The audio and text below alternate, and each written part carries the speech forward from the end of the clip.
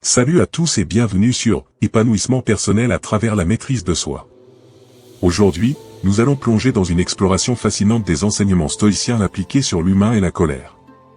La philosophie stoïcienne offre des enseignements profonds sur la gestion de la colère, soulignant l'importance de la maîtrise de soi et de la rationalité.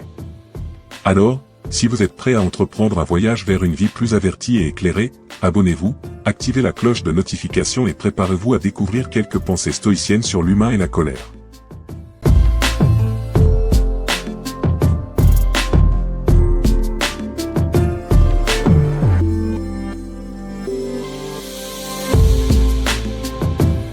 La colère comme réaction irrationnelle. Les stoïciens considèrent la colère comme une réaction irrationnelle. Ils enseignent que succomber à la colère obscurcit le jugement et entrave la capacité à prendre des décisions sages.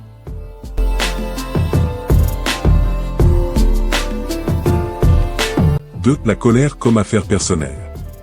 Selon les stoïciens, la colère est une affaire personnelle. Ils encouragent à voir la colère comme un problème interne à résoudre plutôt que comme une réaction justifiable envers des circonstances extérieures.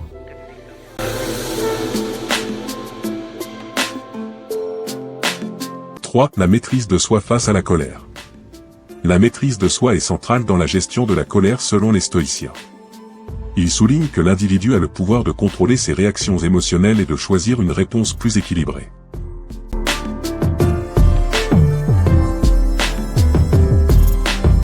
La colère comme symptôme de faiblesse. Les stoïciens considèrent la colère comme un symptôme de faiblesse. Ils enseignent que la force réside dans la capacité à rester calme et pondéré face aux provocations plutôt que de céder à des explosions émotionnelles.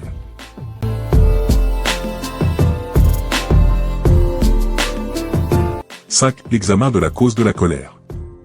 Avant de réagir, les stoïciens encouragent à examiner la cause de la colère. Comprendre les sources de notre irritation permet de prendre du recul et d'adopter une perspective plus objective.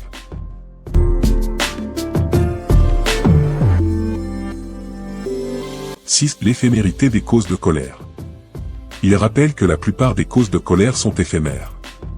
Les stoïciens encouragent à considérer si une réaction colérique vaut vraiment la peine, étant donné la fugacité des situations qui la déclenchent.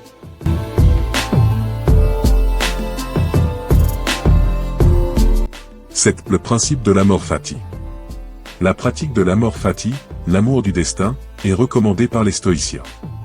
Cela implique d'accepter les événements tels qu'ils surviennent, même s'ils sont contrariants, sans réagir avec colère.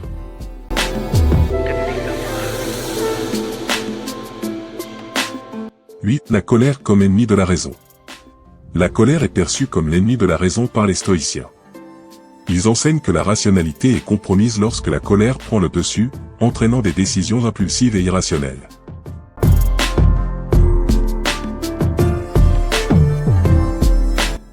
La pratique de la patience.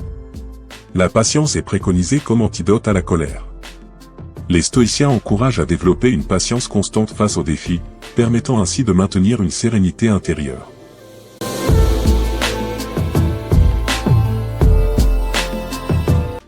La transformation de l'énergie de la colère. Plutôt que de réprimer la colère, les stoïciens suggèrent de transformer son énergie en action positive. Utilisez la colère comme motivation pour résoudre un problème plutôt que pour alimenter des conflits inutiles.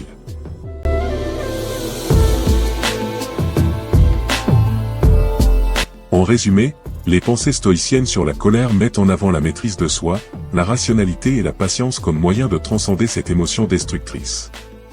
Cultiver une perspective stoïcienne sur la colère permet de naviguer les défis de la vie avec calme et clarté d'esprit.